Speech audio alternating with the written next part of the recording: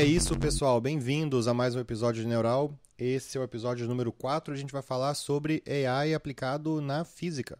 Então, onde está sendo aplicado inteligência artificial na física hoje? Principalmente no ramo da astrofísica. A gente vai falar um pouquinho sobre, por exemplo, como que se usa inteligência artificial para classificar galáxias, ou detectar planetas, ou até, quem sabe, um dia vida alienígena, né? Então é um assunto longo, a física é uma matéria muito extensa, mas a gente vai tentar chegar em alguns pontos interessantes aqui.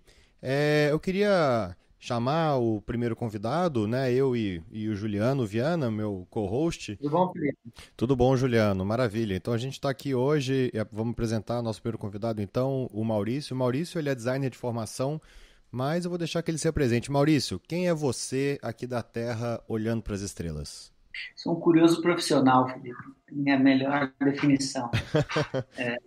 Muito mais para aprender e para fazer perguntas populares do que qualquer outra coisa. Maravilha, adorei. Agora ficou. Agora o Diego vai ter que se esforçar muito na apresentação dele, porque essa foi muito boa. Diego Pereira, nosso convidado e estudante de física. Queria que você falasse um pouquinho sobre você. Bom, eu sou o Diego Pereira e eu trabalho na Kunumi com ciência de dados, né, com inteligência artificial, e atualmente eu sou estudante de física na UFMG. Maravilha. E você está de malas prontas, né? Acho que você muda essa semana. Você vai para onde? Conta um pouquinho pra gente aí. Então, essa semana eu estou indo mudar para a Rússia, eu vou morar pelo menos uns 6 anos lá, para continuar os meus estudos.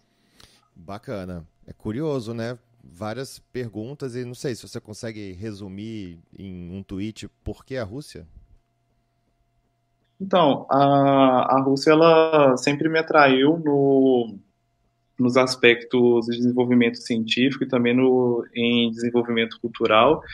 Desde criança eu sempre fui apaixonado pelo piano, apesar de eu não tocar bem, mas aí a Rússia sempre me atraiu nesse sentido, então, do piano, do teatro, e fora isso eles têm uma relação muito forte também com a matemática e com a física, e por isso eu acabei decidindo. Eu sempre tive curiosidade no idioma russo também, e aceitei o desafio. Ah, muito legal. Então, eu queria que você falasse um pouquinho, assim, na astrofísica, qual que é o objetivo disso? Qual que é o objeto de estudo, na verdade, né? O que estuda a astrofísica? Então, a astrofísica, ela é um campo muito próximo, né, da astronomia e da cosmologia. Alguns profissionais da área, assim, nem gostam de colocar tanta diferença entre elas, mas eu acredito que exista. E a astrofísica eu definiria, assim, como sendo a ciência responsável por estudar os corpos celestes, né, os elementos que são presentes no universo, usando a ótica da física para poder explicar quais são os fenômenos que fazem com que esses elementos surjam, com que esses elementos movam, como eles interagem entre si, sempre usando os mecanismos tanto da física mais básica até a física moderna, né? Então, física nuclear, mecânica quântica, como que uma estrela nasce, né? Como surge um buraco negro e assuntos semelhantes a isso. Nossa, e aí você já jogou umas perguntas maravilhosas, né? Assim, e eu peguei uma dessas que você falou, é como nasce uma estrela, né? Eu acho isso tão maravilhoso, a gente vê algumas ilustrações às vezes, né, de berçário de estrelas e, enfim, por mais que a gente estuda Uhum. sobre isso, parece que a gente sabe menos, assim. Mas como nasce, assim? Acho que é uma pergunta legal pra gente começar o assunto. Acho que é uma curiosidade geral. Então, está presente nas nossas galáxias, né? Eu acho que é um termo muito comum aí, são as nebulosas gasosas, né? E nessas nebulosas gasosas que seriam esses berçários de estrelas que você citou. Dentro dessas nebulosas gasosas, há alguns espaços, né, de nuvem de gás e poeira. E exatamente nesse ponto, nessa região onde vai permitir que alguma estrela nasça. Mas para que isso aconteça, algum tipo de perturbação próxima a essa nuvem de gás e poeira ela tem que acontecer. Isso pode ser a explosão de uma supernova ou algo semelhante, né? Essa nuvem de gás e poeira ela é feita principalmente de hélio e hidrogênio. Esse gás ele é muito frio e quando acontece essa perturbação, então vai começando a acontecer um adensamento de matéria em uma região mais do que a outra, né? Antes essa nuvem ela já não era homogênea e aí esse adensamento então vai formando glóbulos dentro das nebulosas, né? E cada glóbulo desse ele pode permitir então que uma estrela nasça, né? Quando esse adensamento ele vai acontecendo também, acontece o que a gente chama de um colapso gravitacional. O que isso significa? Né? Significa que a própria matéria que está presente na nuvem de poeira, ela começa a se contrair sobre si mesma, por causa do seu próprio peso. E nesse processo aí, que leva milhares de anos, à medida que então vai acrescendo matéria nessa região onde vai formar a estrela, a temperatura no núcleo, a temperatura no centro, ela vai aumentando e a pressão também vai aumentando. Uhum. Com isso também, nesse momento então que a temperatura no núcleo está aumentando e está acrescendo matéria nessa região, a gente chama a gente fala que é uma protoestrela que está ali, né? Uma estrela em formação e ao mesmo tempo em volta dela aparece um disco que a gente chama de disco circunstelar, que por causa desse colapso gravitacional ele também vai acrescendo matéria a essa estrela. Chega um momento que a temperatura que a pressão interna dentro no núcleo da estrela, ele se equilibra com a força gravitacional. Então você tem duas forças aí, né? Você tem a pressão interna dentro da estrela que está fazendo, dentro da protoestrela que está fazendo com que a protoestrela se expanda, e por outro lado você tem a força gravitacional fazendo com que a estrela ela se contraia, né? E até esse momento a força gravitacional sempre é maior. Quando eles se equilibram, então atinge o valor que chega no equilíbrio hidrostático. Então você não tem mais um colapso gravitacional acontecendo. Depois disso, o que vai acontecer com a estrela vai estar relacionado com a quantidade de massa que foi acrescida àquele núcleo, né? Se essa massa ela tiver pelo menos 10% da massa do nosso Sol, vou usar o nosso Sol como referência, né? Esse 10% da massa do nosso Sol seria mais ou menos 70 vezes a massa de Júpiter, que é o maior planeta do nosso sistema solar.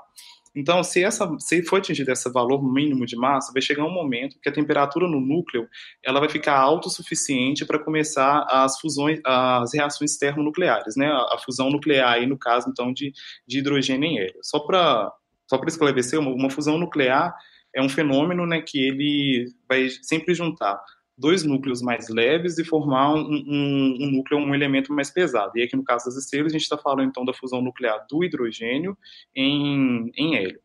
Mas caso a temperatura interna da estrela ela não atinge o valor mínimo para que comece a fusão nuclear, aí essa estrela então ela não se torna uma estrela, né? Ela se torna o que a gente chama de uma anã marrom. Ela faz algumas reações nela, assim, como ela faz um pouco da queima de deutério, né? O deutério seria uma versão mais pesada do hidrogênio, mas ela tem baixa temperatura e pouca luminosidade. E, inclusive, o fato dela ter pouca luminosidade faz com que ela seja muito difícil de ser detectada. Então não seria uma estrela nesse Não, caso. não seria uma estrela. Seria uma estrela que não acendeu. Uma estrela que não acendeu. Não deu muito certo. De uma forma mais pesada, uma estrela fracassada, que a gente costuma dizer. Mas me conta uma coisa aqui. Você falou no começo da sua fala que para isso tudo começar, para começar a acontecer esse processo, você tem lá aquela nuvem de gás, ela está lá, e para ela começar a se contrair, começar esse processo, tem que ter alguma perturbação. Exato. Mas aí, como é que isso começou? Porque em algum momento as primeiras estrelas têm que ter sido formadas no universo. Como é que esse mecanismo de perturbação funcionou no começo do universo? A gente já sabe mais ou menos como isso aconteceu?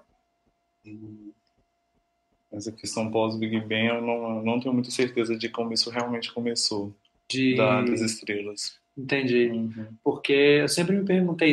Como com tudo realmente, né? Porque em algum momento alguma perturbação tem que ter começado esse processo logo no começo, né?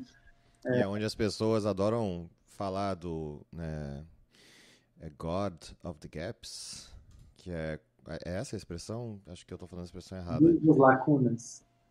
Que é quando você chega numa coisa muito inexplicável, então, isso foi Deus.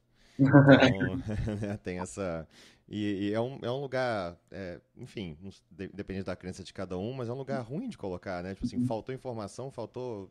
Não sabemos, então é Deus. Mas Uhum. realmente, né, é uma boa pergunta, assim, qual foi o primeiro, né, O, assim. o Qual... interessante que eu acho que seja citar, né, porque como eu tinha falado que uma das causas dessa perturbação pode ser a explosão de uma supernova, né, a explosão de uma supernova é quando uma estrela morre. Então, Hum, de certa forma, a morte de uma estrela ela causa o nascimento de uma outra estrela. Nós dizendo uhum, que a supernova morre, que é uma estrela que explode, Aham, né? sim, a supernova é a explosão da estrela. E aí essa explosão ela meio que contagia quem Exato. está em volta, as nuvens que Uhum, estão em volta e inicia o uhum, processo de. É quase um processo de contágio mesmo, né? Você exato. tem estrela que ela nasce, cresce, morre e de repente ela começa a provocar a formação de outras estrelas ao redor dela. Tanto ela pode começar a provocar a formação de estrelas ao redor dela, né, como que a explosão de uma supernova também depois pode ficar os restos dela ali como sendo uma outra nuvem cósmica de gás e poeira, e futuramente ela poderia, então, começar um novo processo de formação estelar. Mas essa perturbação ela precisa ser sempre dessa magnitude. Se você tem uma nuvem que está relativamente tranquila, ela naturalmente não pode condensar. Não, você precisa. Essa pode realmente acontecer, porque como eu tinha dito, essa nuvem de gás e poeira ela já não é homogênea, né? Só que alguma coisa realmente precisa começar para poder desencadear esse processo, então, de que ter algum lugar ali que vai ter alguma atração gravitacional mais elevada para poder permitir o colapso gravitacional. E essas duas coisas são conectadas. Você falou do começo, mas aí você falou da supernova, e a supernova já é o final, No né? final. Então, como é que a estrela morre no final das contas? Quais são as opções? A gente já viu que ela pode nascer, mas não acender porque ela não tem massa suficiente. Uhum, Supondo que ela acendeu e começou as reações nucleares, o que uhum. acontece depois? Então, tudo na estrela, né, ela vai novamente, todas as características da estrela, elas vão ser ditadas pela massa da estrela. Então, luminosidade, temperatura e qual que vai ser o futuro dessa estrela. A partir do momento que a estrela ela atinge no núcleo dela a temperatura mínima para poder fazer a fusão nuclear do hidrogênio em hélio, ela entra então, agora ela não é mais chamada de protoestrela, ela é chamada de estrela, e ela entra no estágio no primeiro estágio e o mais duradouro da vida de uma estrela, que é chamada de sequência principal. A sequência principal, então, é o momento em que a estrela está transformando o hidrogênio em hélio. Geralmente pega aí pelo menos 90% da vida de uma estrela. Uau! Depois disso, se a estrela ela tem pelo menos metade da massa do nosso Sol, vai chegar um momento que o combustível nuclear dela, a quantidade de hidrogênio presente no núcleo, ela vai acabar. Só que ela, mesmo assim, no envelope que cobre assim, uma camada um pouco mais externa ao núcleo, ela continua fazendo, ele nessa camada continua fazendo um pouco da queima de hidrogênio ainda. Só que mesmo assim, essas reações termonucleares agora elas são menores. Então aquele equilíbrio hidrostático que eu tinha citado no início, ele deixa de existir. Então a força gravitacional agora, ela faz com que o núcleo ele sofra um colapso. E quando esse núcleo sofre esse colapso, então a temperatura interna, né, do núcleo ela aumenta também a luminosidade da estrela e a camada externa que eu falei que estava queimando hidrogênio. E quanto nas camadas externas, né, o tamanho da estrela ele vai se reajustar a luminosidade que aumentou por causa da relação de massa-luminosidade. E como ela está se expande, a estrela então nas camadas externas ela se expande, a área superficial dessa estrela ela fica maior, fazendo com que a temperatura reduza também. E por causa com essas características, então a nossa estrela ela virou uma gigante vermelha. E é exatamente esse o futuro do nosso Sol, inclusive, né? Daqui o nosso Sol tem uma vida estimada aí para 10 bilhões de anos, dos quais 4,5 mais ou menos já se passaram, então daqui uns 5 bilhões de anos o nosso Sol vira uma gigante vermelha, em que o raio dele vai ficar bem maior do que está agora. Dando continuidade a isso, então, se a massa da estrela for maior ainda, agora da nossa gigante vermelha, ela vai continuar fazendo esse processo e no início, agora então você tinha, na verdade, se a gigante vermelha tiver massa suficiente para a temperatura do seu núcleo aumentar, agora ela vai começar a fazer a queima então de hélio em carbono. E assim vai passando pelo processo, né? Então, depois que faz essa queima do hélio em carbono e acaba o combustível do hélio, passa pelo mesmo processo e ela sai de gigante vermelha se tiver a massa suficiente e vai para uma supergigante agora. E assim vai indo, transformando depois carbônio em neônio, neônio em magnésio e magnésio no núcleo de ferro também. Tudo vai depender da temperatura, da massa inicial dessa estrela. Eu acho que é importante citar, porque quando a gente tem a formação de estrelas, né, vai depender, isso que eu estou falando aqui da evolução da estrela, eu estou falando que vale para um sistema com uma única estrela. Né? No início, então, pode ter um sistema que, em vez de formar um único disco circunstelar, vai formar 2 discos circunstelares ali, e você vai ter um sistema binário, um sistema múltiplos de estrela, né? Mais de uma estrela mesmo dentro de um mesmo sistema. Porque quando se isso acontecer, né, tudo isso que eu estou falando aqui, além da massa inicial da protoestrela, né, a gente também vai precisar avaliar qual que é a distância de uma estrela para a outra, para poder ver quando que essa evolução vai sofrer algum tipo de interação. Uhum. Pode falar. Mas aí, dando continuidade, vai chegar um momento, entre as várias possibilidades, né, que pode ter da morte de uma estrela, uma delas é que vai chegar um momento que esse núcleo ele vai colapsando mais ainda. Isso eu estou falando para uma estrela de uma massa mais ou menos entre 8 a 25 massas do Sol. Ele vai sofrendo um colapso, que vai chegar um momento que as partículas que estão presentes na estrela, elas atingem um limite máximo assim das leis da física mesmo. Então, é por isso que ela acaba explodindo depois, ejetando todo tipo de matéria que tinha presente na estrela. Você está dizendo que ela comprime tanto o núcleo que não tem mais espaço para onde comprimir. Exatamente. Aí, por causa das interações, né, de forças eletromagnéticas e forças nucleares, ela acaba explodindo tudo e ejetando toda a matéria dela para o espaço. E aí você tem a supernova, então, é isso. Ela explode e aí acaba, porque toda a matéria dela, tudo vai jogado em todas as direções. Exato. Então, eu fiquei um pouco na dúvida aqui, qual que é a relação da supernova com buraco negro, com estrelas de nêutron. Eu não entendi se sempre que uma estrela explode, ela explode e acaba, ou se em que situações ela vira um buraco negro ou uma estrela de nêutron. Uhum. Então, essa pergunta ela é inclusive muito interessante porque o que eu estudo é o nascimento de estrelas. Então, quando fala de morte de estrelas, assim, é um pouco meio dramático porque meu objeto de estudo tá morrendo. E sobre essa questão, apresenta sim diferença. Ela pode virar uma estrela de nêutrons, ela pode virar um buraco negro, acontecer a supernova que eu tinha dito. Só que tanto o fenômeno de nascimento de estrelas quanto o fenômeno da morte de estrelas, eles são fenômenos que eu diria que são complexos, mais ainda da morte de estrelas, porque dessa forma a gente teria que entrar em discussões assim, de física quântica, falar da exclusão de Pauli, de alguns outros assuntos para explicar como que uma estrela vira uma estrela de nêutrons, então como que uma massa de uma estrela futuramente pode virar um buraco negro. E aí fica uma pergunta também, assim, a gente fica falando de estrelas, mas e os planetas, né? De onde que eles, como que eles nascem, de onde que eles vêm, né? Eu acho que tem uma coisa gravitacional aí parecida, mas... Uhum. Então, a formação de planetas e estrelas, ela é uma formação conjunta, né? Os planetas, eles se formam com as estrelas, né? Lembra que eu falei que quando tem a formação da protoestrela, tem em volta da protoestrela um disco circunstelar de gás e poeira que vai acrescendo matéria à protoestrela? Quando a protoestrela atinge o equilíbrio hidrostático, então é parado a quantidade de matéria que é do disco que é adicionada à protoestrela. Agora esse disco circunstelar, então ele passa a ser chamado de um disco protoplanetário.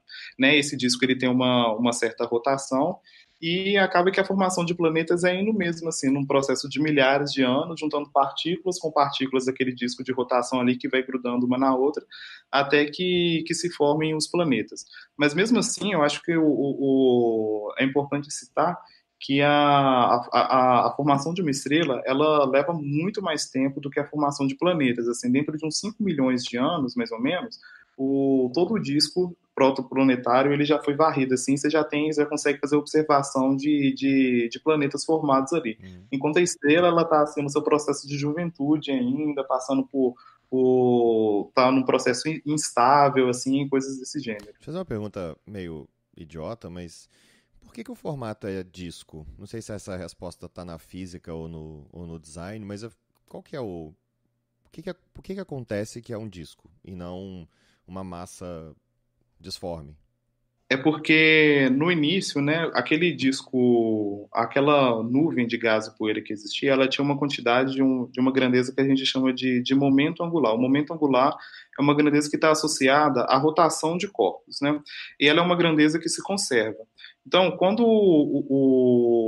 então ela tinha aquela rotação já, e quando vai sofrendo o colapso gravitacional e a matéria ela vai começando a se aproximar muito de um determinado ponto na protoestrela, para que o momento ele se conserve, então ele aumenta a velocidade de rotação dele. Então por isso que ele acaba adquirindo esse formato de disco. Que incrível. Claro. Olha só, muito legal. Mais ou menos o que acontece quando você vê, né, patinação no gelo, né, que Exato. a pessoa está girando numa velocidade e aí ela baixa e de repente a velocidade dela muda, né? Exato. Justamente porque é para conservar ela fecha os braços também, no caso da bailarina. Você pode fazer isso quando você está numa cadeira giratória, e aí você coloca as pernas esticadas assim, começa a girar. Se você fechar, inclinar mais as pernas, você vai perceber que a cadeira ela vai adquirir uma velocidade de rotação maior. Você pode, você não deve, mas você pode fazer. Disclaimer aí, pessoal. Não coloca a culpa no podcast, não. Mas se quiser testar, só não fala que foi a gente que falou. Aproveitar que nós estamos falando de planetas, né? Hoje em dia a gente ouve falar muito de exoplanetas, né? Boa. E para mim isso foi uma coisa que quando eu comecei a ouvir falar, eu fiquei muito surpreso, porque eu achava que isso já era uma coisa muito bem estabelecida, né? Que só recentemente, relativamente, que a gente começou a conseguir observar planetas em outros sistemas, né? Então, a gente tinha ideia de que os outros sistemas solares também tinham planetas, mas ninguém tinha observado de forma direta e relativamente recente, né? Que isso não é uma coisa tão antiga assim. Qual que é a importância da gente observar esses exoplanetas? Eu imagino que para a física isso deva ter algumas questões bem fundamentais aí, né? Então, os exoplanetas, né, só para deixar claro que são exoplanetas, nada mais são do que planetas que estão fora do nosso sistema solar. Então, eles orbitam uma estrela que não é o nosso Sol.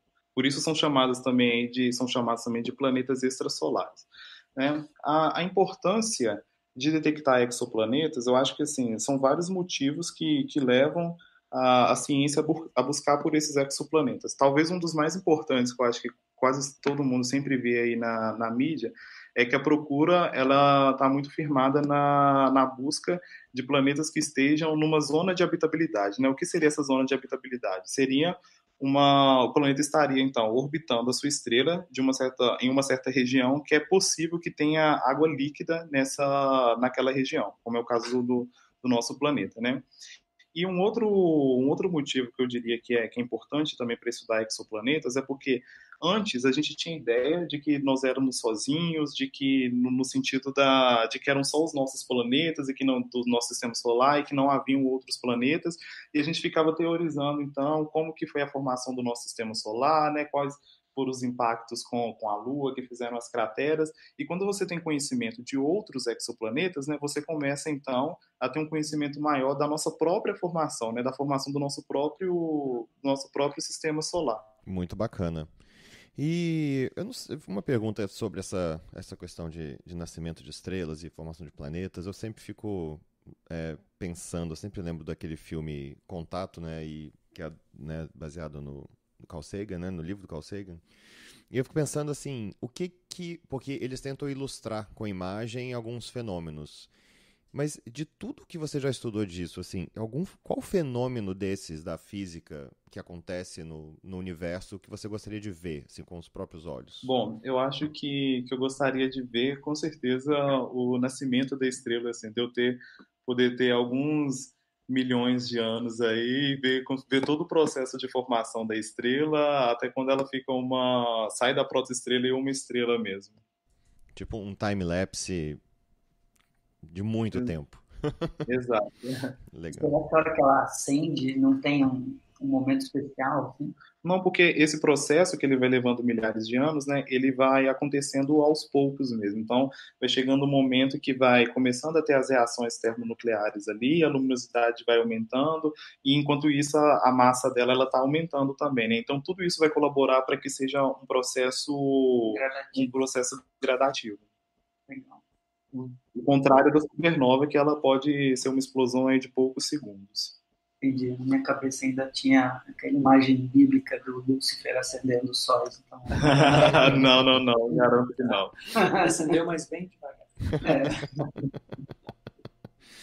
Eu não sei se vocês querem responder essa pergunta também, eu acho que pode ser uma resposta interessante. Você gostaria de... observar? Sim. Cara, eu gostaria de observar o Big Bang. Só. É só o começo do universo. Se pudesse observar diretamente, é resolver tantos problemas. Será que se a gente tivesse alguém observando o Big Bang teria acontecido diferente?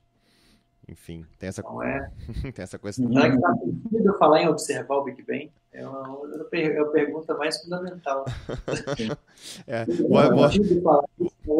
Vou ficar atrás dessa pilastra aqui para observar o Big Bang, não ser destruído, né? E como que eu vou existir antes do Big Bang para poder observar o Big Bang, né? Acho que é uma boa pergunta também. E você, Maurício, o que você gostaria de observar assim, em primeira mão no universo? Eu queria observar um magnetar.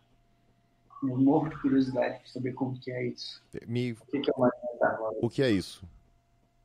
Até onde eu sei, é uma variação de uma estrela de nêutrons que tem um campo magnético fortíssimo, mas não sei muito além disso. Entendi. Achei quase que era um super-herói, assim. Existe. Eu acho que eu gostaria de ver um buraco negro. Acho que queria ver a luz entrando e, enfim... E claro que um rolê no buraco negro é uma coisa que você pode até ir, mas enfim, não existirá relato. Mas eu acho que deve ser muito interessante ver essa força. Se você orbitar um buraco negro, você vai viver para sempre. É verdade, tem isso, né? Do seu ponto de vista, você vai morrer do mesmo jeito. Do ponto de vista de quem está te observando, você vai viver para sempre. São as coisas tranquilas que existem no universo, assim, fáceis de entender. Então, a gente está aqui conversando sobre estrelas, sobre nascimento de estrelas, sobre astrofísica, né? Alguém que chegue agora até pode esquecer e não saber que esse é um podcast ligado a machine learning, né? Boa. Então, a gente podia falar um pouquinho de como é que o machine learning pode ser usado nessa área também. Acho que seria legal. Não que o tema, eu podia continuar falando disso aqui o resto da vida, mas o que a gente pode falar de machine learning aplicado a essa área, Diego? Como é que está sendo a adoção de machine learning na física e mais especificamente na astrofísica? Bom, eu acredito que para falar de como o machine learning tem sido utilizado na astrofísica como um todo, né, talvez seria interessante se a gente falasse primeiro quais são as principais técnicas que são utilizadas para detectar esses exoplanetas, né? Ok. Bom, são várias técnicas utilizadas para detectar exoplanetas, só que hoje eu vou falar das três aqui que eu considero que são as três mais utilizadas, né? A primeira técnica ela é chamada de velocidades radiais. Como que isso acontece? A gente precisa imaginar antes, né, se a gente tem duas estrelas de mesma massa, próximas, né? E aí essas estrelas, como tem interação gravitacional entre elas, né, elas vão começar a fazer uma órbita em torno de um ponto que é chamado de centro de massa comum. Como essas duas estrelas têm exatamente a mesma massa, esse centro de massa comum ele fica exatamente no meio das duas estrelas. Só que agora, se a gente tiver uma estrela e um planeta, né? Então a massa do planeta ela é bem menor do que a estrela. Então a gente fala que esse centro de massa comum agora ele é deslocado para o corpo de maior massa. Então tanto a estrela quanto o planeta também vão ter uma órbita em torno desse ponto. Só que agora a órbita da estrela, né? O centro de massa comum ele está praticamente dentro da estrela. Então a estrela fica com aquela velocidade mais lenta assim e o planeta então fazendo a órbita também lá com uma velocidade mais elevada. E aí o que a gente mede, então, com isso? Como que a gente consegue detectar um exoplaneta através disso? Né? A gente usa uma técnica que é chamada de espectroscopia. A gente avalia, né, a luz, né, as linhas trás daquela estrela, e a gente observa então que aquela estrela ela tá indo e voltando, né? Ela está se afastando e se aproximando. E por causa desse afastar e se aproximar, quando a gente percebe que tem um movimento periódico ali, então a gente infere então que provavelmente tem alguma coisa causando uma perturbação no campo gravitacional daquela estrela e possivelmente isso é um planeta. Então o que a gente tem com essa técnica é um candidato a planeta. E mesmo assim, essa técnica ela é interessante porque como a gente está medindo, de certa forma, a interação gravitacional do planeta com a estrela, a gente consegue inferir também qual que é a massa do planeta, né? Qual que é a massa que está orbitando aquela estrela. Você está me dizendo, então, que a gente não consegue simplesmente apontar o Hubble assim, para uma estrela e ver o planeta que está orbitando ela? Dependendo da técnica que ele tiver utilizando, a gente até consegue, assim, depois de algum tempo, a gente consegue ter certeza de que é um planeta que tá orbitando a estrela, mas dependendo se for outra técnica, nem sempre a gente consegue afirmar que é um planeta realmente. Mas, como eu disse, por ter esse movimento periódico, né, e a gente percebe então essa estrela indo e voltando, se afastando, se aproximando, então é bem possível que tenha um exoplaneta mesmo. Entendi. Isso que você está falando é muito claro quando você tem sistemas binários, né? Mas quando você tem um sistema mais complexo como o nosso, por exemplo, tem vários planetas, esse movimento deve ser mais complexo também, né? Sim, esse ponto que você citou é até muito interessante, porque entra a parte que a gente pode utilizar a inteligência artificial, porque se a gente tiver um único planeta orbitando aquela estrela, né, os dados que a gente obtém, então, é uma onda senoidal toda bonitinha lá, né, do aumentar e descer, porque a gente tem um único planeta ali causando perturbação, então do ir e voltar da estrela. Mas se a gente tiver mais de um planeta, essa onda senoidal ela não fica nada bonita quando ela chega. Então a gente precisa usar algumas técnicas para poder tentar tratar essas informações, então, e ver assim, qual a quantidade de objetos, de elementos que estão orbitando esse planeta aqui, e possivelmente até depois fazer uma separação, né? Então aqui a gente tem uma onda senoidal desse planeta, desse exoplaneta X, causando a perturbação no campo gravitacional da estrela. E agora a gente tem desse exoplaneta Y causando essa perturbação. E aí você está dizendo que aí você pode usar técnicas, por exemplo, de aprendizado de máquina para separar essas, ou tentar validar qual que é a hipótese mais provável. Né? Exatamente. Provavelmente, quantos planetas tem ali? Você está enxergando uma forma de onda toda ruidosa, toda cheia de uma forma distorcida, não é bem distorcida, né? São várias, devido à influência de vários planetas diferentes, você tem uma forma de onda que já não é mais uma senoide pura, ela ela é com uma composição de várias senoides. Eu não queria falar de transformada de Fourier nem nada.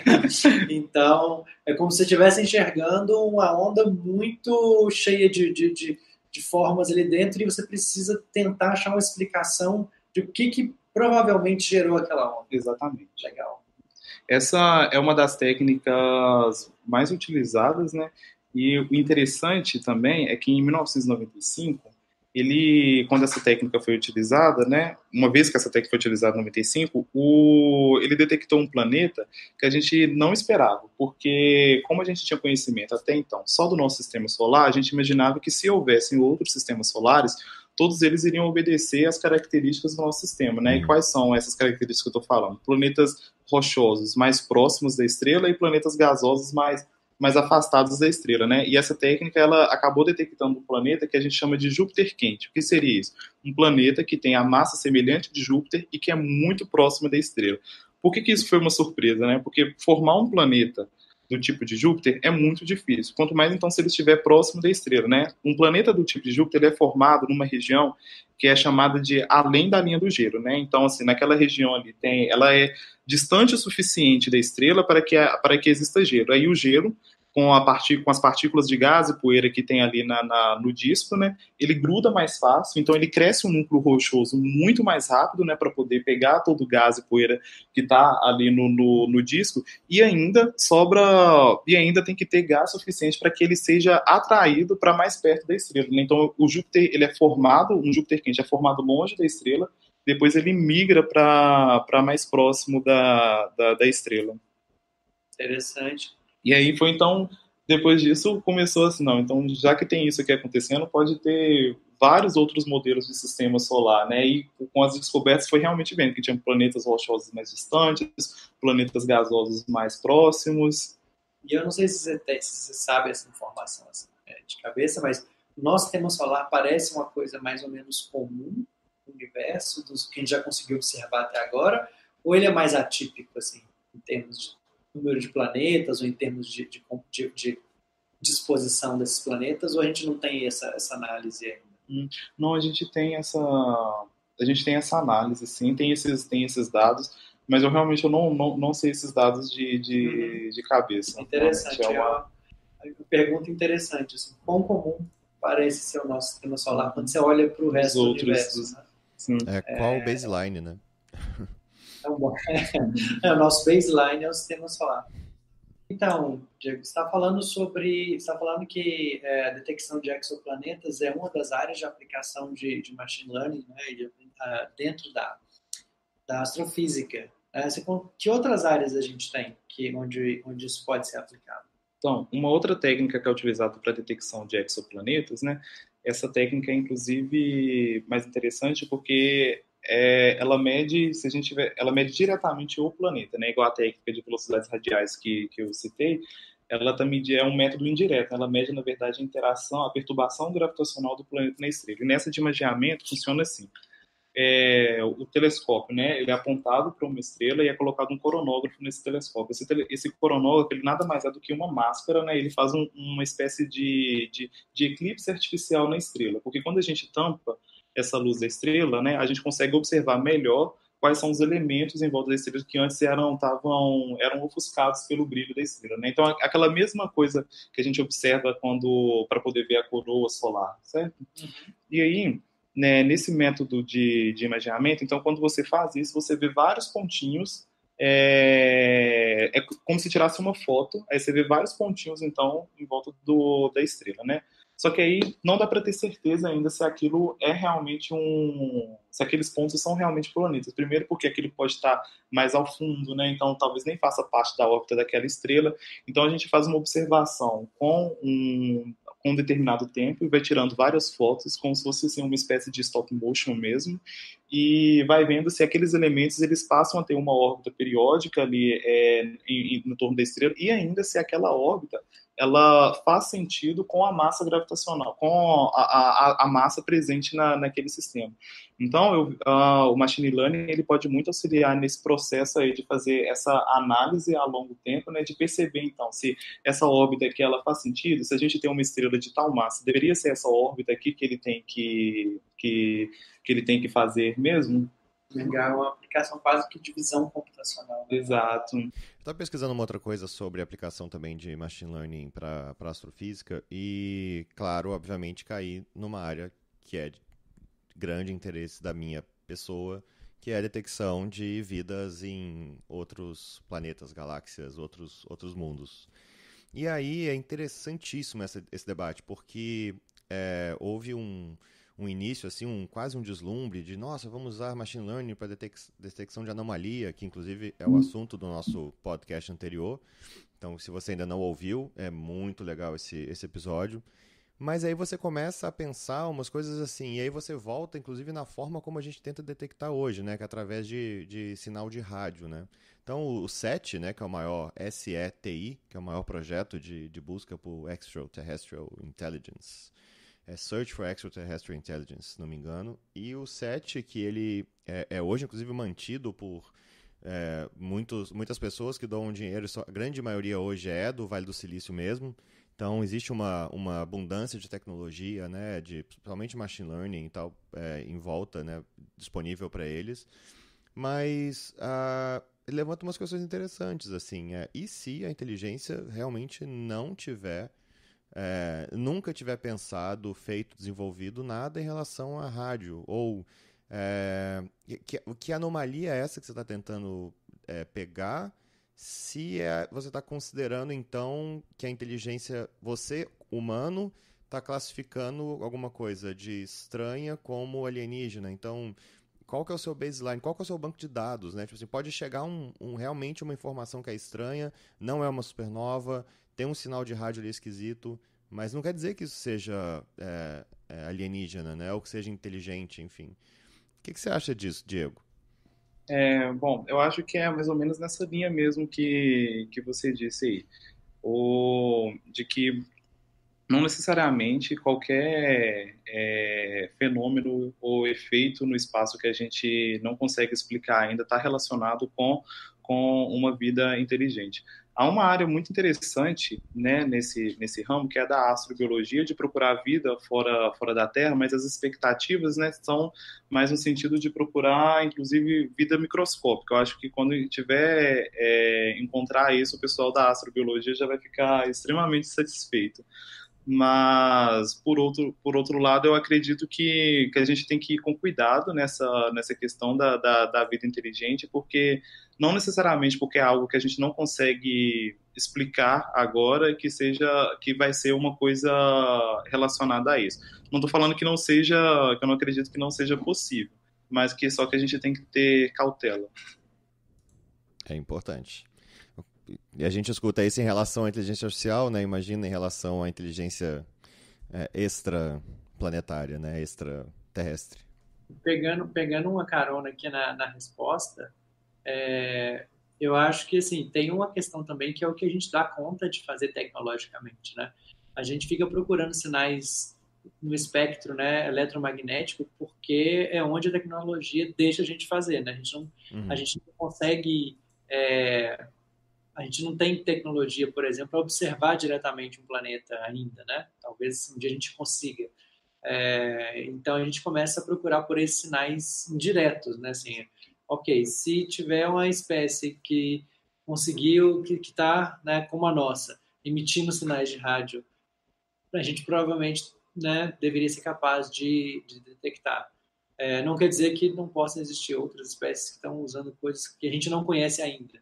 Então, isso tudo limita a nossa limitação vem também um pouco do nosso próprio conhecimento. A gente procura o que a gente sabe que existe. Exato, é igual eu tinha falado no início, né, que o modelo de sistemas solares que a gente procurava era um modelo igual ao nosso, porque era o dado que a gente tinha, né, e quando foi procurar por outros sistemas solares, a gente viu que o universo apresenta uma variedade disso, né, então outros campos podem acabar tendo essa mesma experiência.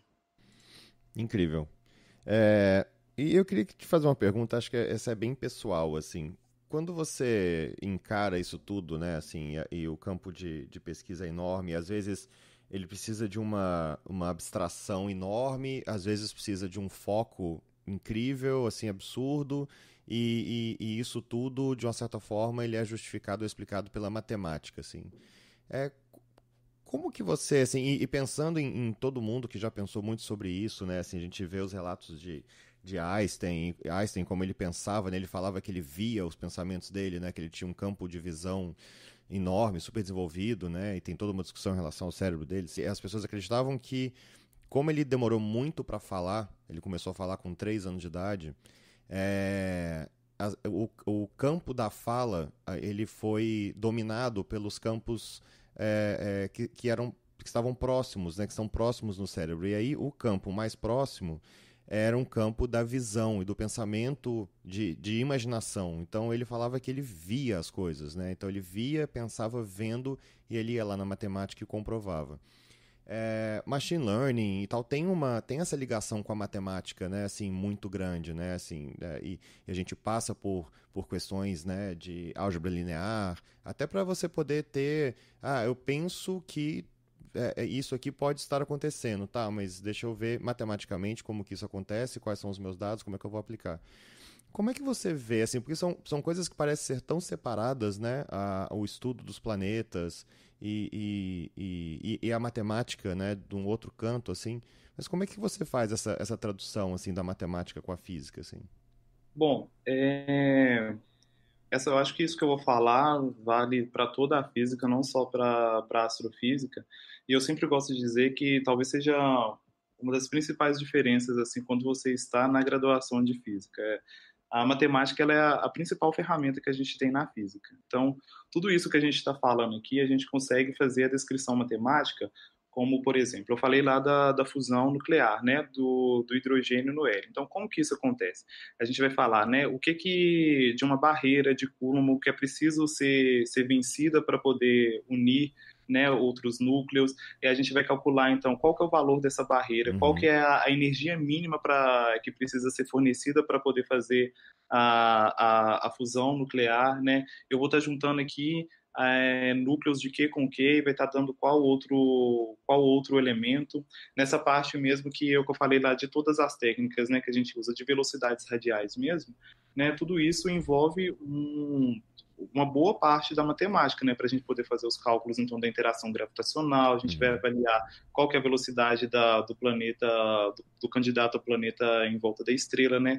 Essa estrela ela tem uma massa muito grande. Como que ela vai interagir com esse planeta também? Como que a gente calcula a luminosidade de uma estrela e nesse sentido. Mas a física com certeza sempre tem uma preocupação. Eu acredito que deve ter essa responsabilidade de fazer essa tradução matemática, assim, porque eu acredito que é a nossa melhor forma de estar provando as coisas que a gente fala. O que você está falando, a matemática é uma ferramenta ótima para podar ideias ruins, né?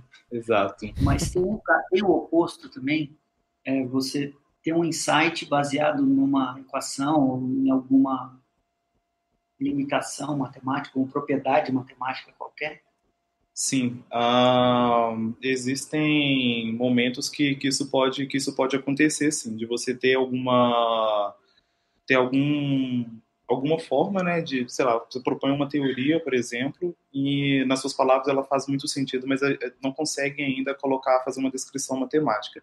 E aí, nesse caso, né, os esforços vai ser, então, de assim, se isso é possível, como que a gente pode descrever matematicamente? E aí, então, vai ser sempre nessa coisa da dedicação de fazer essa tradução, com certeza. É um exemplo interessante que a minha esposa, ela deu aula de eletromagnetismo durante muitos anos, então ela sempre gosta de falar esse exemplo, eu acabei aprendendo com ela. É que quando o Maxwell, ele foi um cientista que ele unificou uma série de ideias que tinha antes dele e ele descreveu matematicamente o eletromagnetismo. Tá? Ele pegou ideias de outros cientistas anteriores que já tinham descrito o fenômeno elétrico, tinham descrito campo magnético, e ele juntou isso num formalismo matemático só. Tá? Só que ele descreveu o eletromagnetismo usando 4 equações. Só que quando ele começou a descrever, ele só tinha 3 dessas equações. A quarta, nunca ninguém tinha observado, não tinha nenhuma ideia, não tinha nenhuma evidência de que a quarta equação existia. Mas quando você colocava as 3 equações no papel, ele sentia falta da quarta equação, porque ela é uma simetria, ela é como se fosse uma outra equação espelhada. Então ele falou assim, olha, eu vou conjecturar aqui que existe essa quarta equação aqui. E eu vou e pôs lá no papel. E as 4 equações de Maxwell são 4 por causa disso. E essa quarta equação, ela é absolutamente essencial para descrever propagação de onda. Sem isso, a onda eletromagnética não propaga. Então, antes de observar propagação de onda eletromagnética, matematicamente ele inferiu que deveria existir propagação de onda eletromagnética porque estava faltando equação ali naquele sistema de equação para ele ficar simétrico, né? Para ele ficar bonito. Entre aspas. Então, é um exemplo de quando você vê a matemática trazendo para a física, né, isso é muito legal, esse né? tipo de descoberta. Até os termos que você usa são legais, né? Porque eles falam de beleza matemática, as pessoas... Acho que muita gente acaba desistindo da matemática pela forma como ela é ensinada no primário. Sem dúvida. Conforme você vai aprendendo um pouquinho mais, a palavra que melhor descreve mesmo é beleza, em alguns casos. Então é engraçado isso, como a gente reconhece essas coisas que eu acho que ele olhou e falou assim, não, isso está incompleto. Está incompleto, está faltando uma equação aqui. E aí quando ele achou a que faltava, ele falou, agora ficou bonito. E é bonito mesmo, gente. E aí, a partir disso, você, vamos tentar observar isso aqui na natureza. Realmente existe isso na natureza, então estava certo, tinha que ter essa equação aqui. A maioria das vezes a gente vai no sentido contrário, né? Você observa na natureza e depois tenta descrever matematicamente. Mas esse foi um caso que observou a matemática e foi atrás na natureza. Isso é interessante que eu não sei se a gente, assim, porque às vezes as palavras, elas são limitadas, né? Então a gente tem uma questão de linguagem que é limitada, né? Então, assim, é quando a gente vê, por exemplo, quando fazendo um paralelo muito distante, né? Meio de psicanálise, mas o inconsciente, ele tá um pouco livre, né? Assim, mais livre da linguagem, né? E quando a gente vai para o lado consciente tentar explicar uma coisa, a gente tenta com o que a gente tem, com essa ferramenta que a gente está usando aqui agora, inclusive, né? Que é a linguagem. Será que existe isso na matemática também? Assim, porque eu acho que existe uma limitação humana em relação à matemática, então talvez a gente não tenha chegado no limite da matemática. Será que existe outros campos da matemática que ainda vão se abrir, que a gente ainda vai conseguir entender um dia, né? E que vão explicar vários outros fenômenos que hoje a gente não consegue entender porque não consegue traduzir em matemática? Isso é um bom tema para um outro episódio. Boa. Vou estar anotado aqui, matemática. Eu queria fazer uma última pergunta. Não sei se vocês têm alguma outra pergunta que gostariam que fosse a última pergunta. Não, por mim nós já temos um episódio. Eu também acho. Mal? Já temos um episódio e não por falta de perguntas, por falta de tempo. Então eu vou fazer uma última. E aí, assim, vou fazer uma última pergunta que eu acho que essa é bem pessoal mesmo, que é assim, quando a gente estuda esse tipo de coisa, né, assim, eu acho que eu acabo dividindo as pessoas em duas. Então, eu sou o que sente conforto no infinito. Então, assim, eu começo a estudar, começo a pensar, começo a ver o que é que está acontecendo, como que é o mundo, o tamanho das coisas todas. Quando eu vejo o tamanho de tudo, eu sinto conforto. Eu não sinto desconforto, pânico, desespero, como algumas pessoas já me relataram. Eu queria saber de cada um que está aqui o que sente quando está lendo, assim.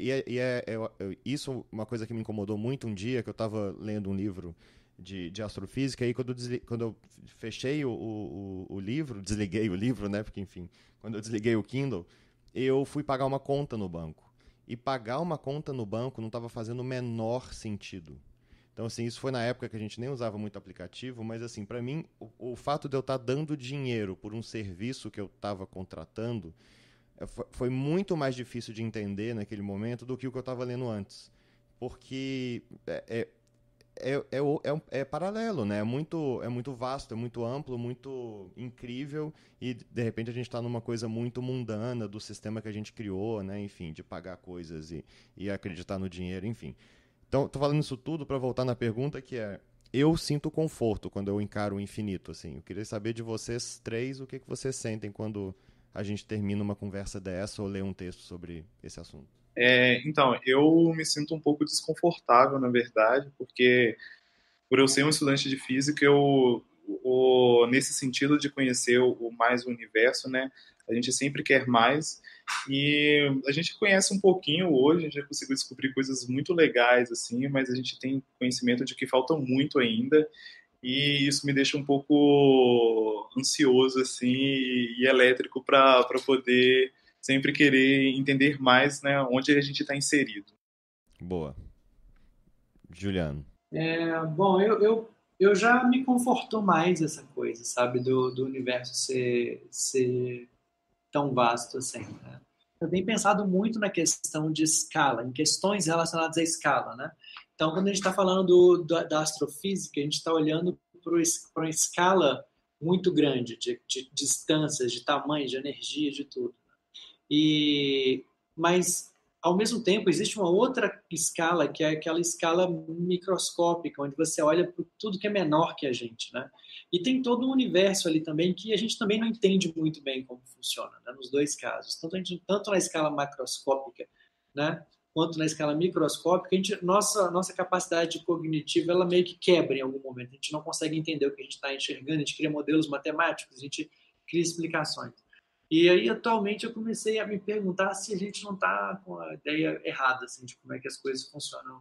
Talvez não faz diferença o tamanho do universo, porque a escala onde você está, onde você consegue atuar, é o universo que faz sentido para você.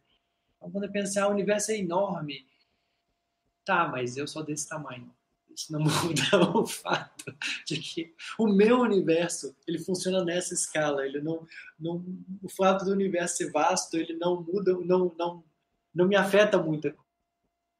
Então, assim, eu tenho até comentado isso com o Maurício recentemente, que eu não sei se, não tenho uma conclusão muito a respeito, mas eu não acho mais assim que o fato do universo ser tão vasto nessa escala macroscópica tem um significado muito profundo para a gente, não. Mas isso é a minha opinião. E aí, Maurício? Bom, eu tenho um problema conceitual com essa pergunta, né? Eu não acredito no infinito, assim. Eu acho que o universo ele é discreto, então a gente não pode chegar infinitamente pequeno, né? Do mesmo jeito que a gente tem escala de Planck, né? Todas as coisas relacionadas a essas medidas aí super pequenas, a gente deve ter uma quantidade muito grande que a gente fala que é infinita, mas que eu acho que tem grande chance de ser finita. Isso não de qualquer forma não me traz conforto. Isso traz uma sensação muito mais de reverência a essa escala tão absurda do que conforto, né? Eu não me sinto confortado de forma alguma. É mais uma sensação de essa palavra que a gente começou a usar muito aqui na Kunumi, né, de luminoso, ela descreve bem, né? Você fica ao mesmo tempo maravilhado e morrendo de medo de alguma coisa da natureza, sei lá, um trovão, uma erupção vulcânica. Imagina a contemplação do universo, qualquer coisa assim, né? Então eu acho que é muito mais nesse sentido de se colocar no seu lugar do que qualquer outra coisa. Muito bom, maravilhoso. Acho que como tudo sobre esse assunto, não teria como terminar sem falar sobre coisas que realmente mexem com a gente, né? Acho que isso é muito bacana. Eu queria agradecer a presença de todo mundo. Acho que foi bem legal, bem profundo, né? Não tem como não ser. Diego, boa sorte na Rússia, cara. Muito obrigado pela sua participação, pela coragem de vir aqui falar de um assunto tão vasto e complexo. Queria realmente te agradecer em nome aqui de todo mundo aqui do podcast. Imagina, para mim é um prazer estar aqui. Eu gostei muito quando eu recebi o convite. Quem me conhece sabe que a qualquer momento que me pegar pelo corredor e perguntar de astrofísica ou qualquer assunto de física, eu gosto muito de falar sobre. Então, o prazer foi todo meu, Felipe. Legal. Juliano, obrigado. Obrigado, Felipe. Obrigado, Diego. Obrigado, Maurício. É sempre um prazer estar aqui. E valeu, Maurício. Vamos fazer mais vezes, né? Tem vários assuntos aí que vão ser interessantes. Maurício sempre tem umas perguntas bem complexas que ele chama de simples. Maurício, brigadão. Obrigado a vocês, gente. Prazer. Uma nota final, as informações desse episódio, links de coisas que a gente falou, para vídeos e textos de coisas que a gente conversou aqui, e também o contato do Diego, o e-mail dele, para se você tiver alguma pergunta, mandar um e-mail para ele, está em www.medium.com/kunumi www.medium.com/kunumi. Valeu, obrigado pessoal, até a próxima, valeu!